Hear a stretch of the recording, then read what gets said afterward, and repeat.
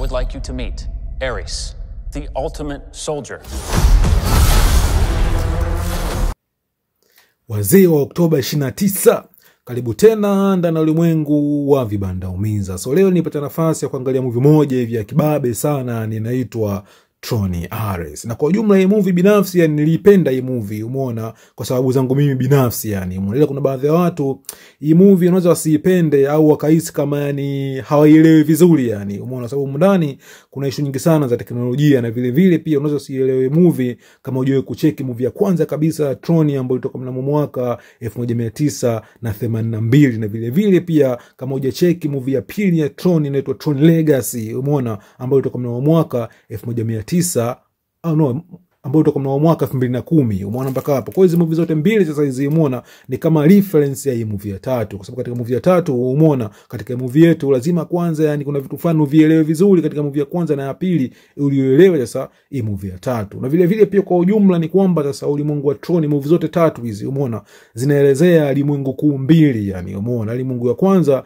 ni dunia yetu hii ambapo sisi tunaishi binadamu kama binadamu yani, jinsi tunavyo interact, tunavyoongea, tunavyofanya vitu fulani. Na vile vile pia kuna ulimwengu wa pili sasa ambao ni ulimwengu fulani hivi wa kompyuta. Umeona mpaka hapo, yani kwa washikaji ambao labda washasomea masomo ya engineering au masomo ya kompyuta au ushawahi kutumia kompyuta au ushawahi kutumia hata simu hii, umeona, tunafahamu kitu kimoja katika ulimwengu wa kidigitali, umeona, umo ndani kuna programs. Umeona mpaka hapo, kwa hizo programs sasa umeona katika ulimwengu wa movie za Tron, umeona hizi program katika ulimwengu wa kompyuta, ulimwengu wa kidigitali zinakuwa ni kama zina haiba fulani hivi, zinakuwa ni kama watu fulani hivi, umeona mpaka hapo. Kwa kila program inakuwa na haiba, umeona, au character ya aina fulani, umeona. Kwa katika ulimwengu wa kompyuta sasa kuna viumbe ambao vinaishi, na hivi viumbe sasa ndo program, na kila program ina kazi yake. Yani kama unavyoona labda katika simu yako au katika kompyuta yako kuna kitu tunakiita antivirus, umeona mpaka hapo. Kwa hiyo ni moja ya program. Kwa antivirus kazi yake umeona ni kupigana na virusi, umeona mpaka hapo. Na vile vile pia umeona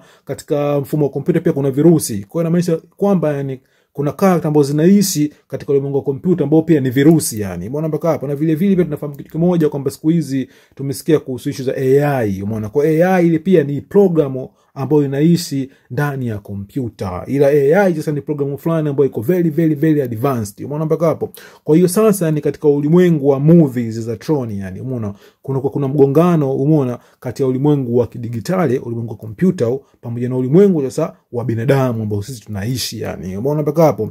Na katika hizo movies zetu sometimes yani kuna watu ambao wanaishi katika ulimwengu wetu wanakuwa wanaama kutoka ulimwengu wetu wa dunia ya kawaida hii na kuhamia katika ulimwengu wa kidigitali, umeona mpaka hapo. Na vile vile pia kuna viumbe ambao vinaishi katika ulimwengu wa kidigitali vinakuwa vinahama kutoka kule sasa kuja moja kwa moja sasa katika ulimwengu wa dunia yetu. Kwa in short, kwa washikaji ambao labda wanaangalia movie kama za MCU, movie kama za DCU, naweza nikasema maybe yani ulimwengu wa kompyuta ni kama dimension ya kompyuta na ulimwengu wa dunia yetu ni kama dimension sasa ya dunia yetu, umeona mpaka hapo. Kwa sasa hii movie yetu vile vile pia ni kwa washikaji ambao wanapenda computer game hizi, yani kama wewe ni mtu ambaye unacheza sana game yani, kama sisi ambao tulikulia kipindi kile miaka 90 na game kama Nintendo 64, umeona, au labda PlayStation 1 au siku hizi labda madogo ama FIFA, umeona, unapocheza wewe kama wewe ambao umeshikilia controller ile, umeona, tunakuita user, umeona mpaka hapo. Na wale wachezaji wale ambao unawakezesha, umeona, katika game yako pia ni programu ile, umeona. Kwa sometimes sasa umeona katika ulimwengu wetu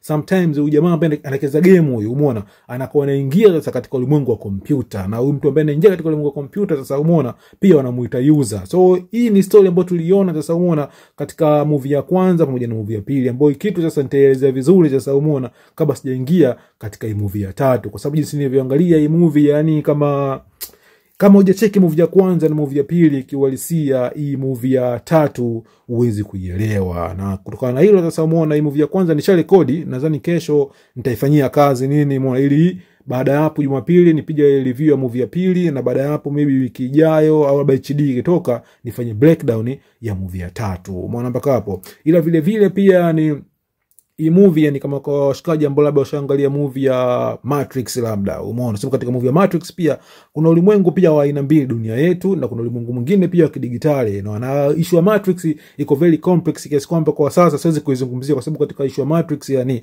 kuna story nyingi sana na kuna maana kubwa sana yani, umeona, kuliko ulimwengu ambao tumeona hapa katika movie za Tron.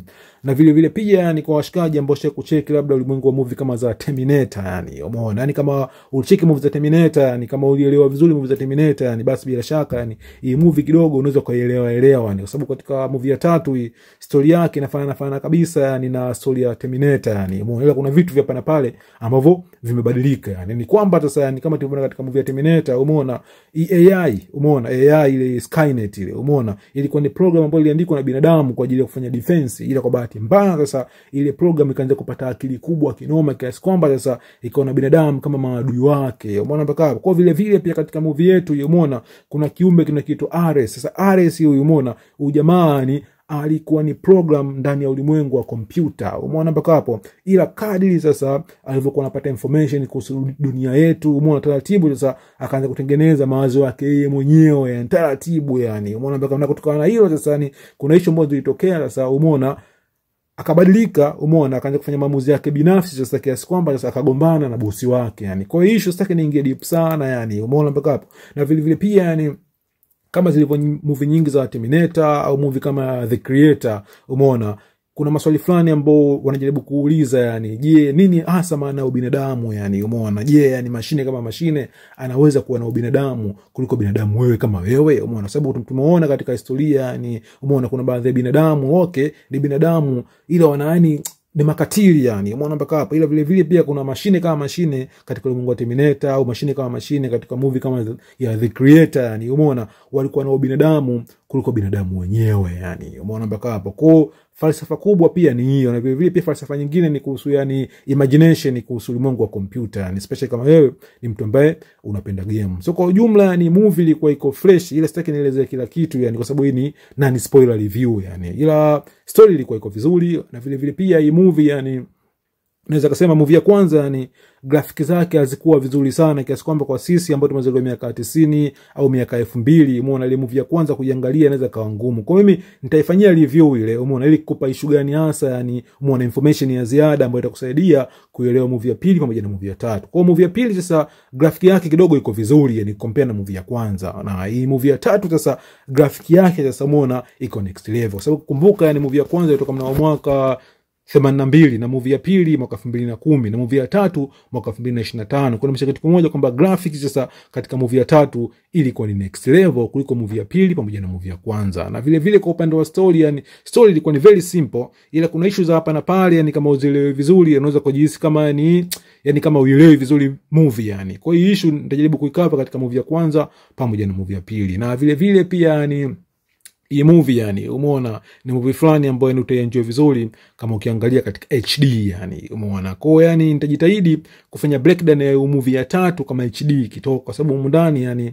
kuna mabiti fulani ya muziki, umeona, yani hizi graphics ambazo zina movie yani kama hausikilizi muziki vizuri, especially muziki wa miaka 80 yani movie hautaienjoy vizuri yani, umeona, kwa sababu ni movie fulani ambayo yani kama unacheza game, umeona, game kama game and sometimes ile muziki ile pa yani ile inakuwa nakupa motisha yani ya kufurahia movie au kufurahia game yani. Kwa hiyo movie kitaka kuelewa vizuri au kuipenda vizuri zaidi yani na kuienjoy, jaribu yani kama una hela labda ingia Mlimani City hapo icheki hii movie, labda subiria labda HD ikitoka yani uangalie magetoni pamoja na speaker mzuri. Ila kama ukiangalia kamera kama kamera yani itakuwa bado yani. Kwa ujumla movie ilikuwa iko vizuri, binafsi nimeenjoy kuliko movie ya kwanza yani. Na movie ya pili pia ilikuwa vizuri. Imeni mshati movie ya tatu kwa mimi binafsi yani naweza nikasema ilikuwa nzuri zaidi yani kuliko movie ya pili yani. Na movie ya pili ilikuwa nzuri zaidi kuliko movie ya kwanza. Ile kwa in terms of story yani. Story kama story nadhani movie ya pili kwa upande wa story ilikuwa niko perfect yani. Kwa nitajitahidi kesho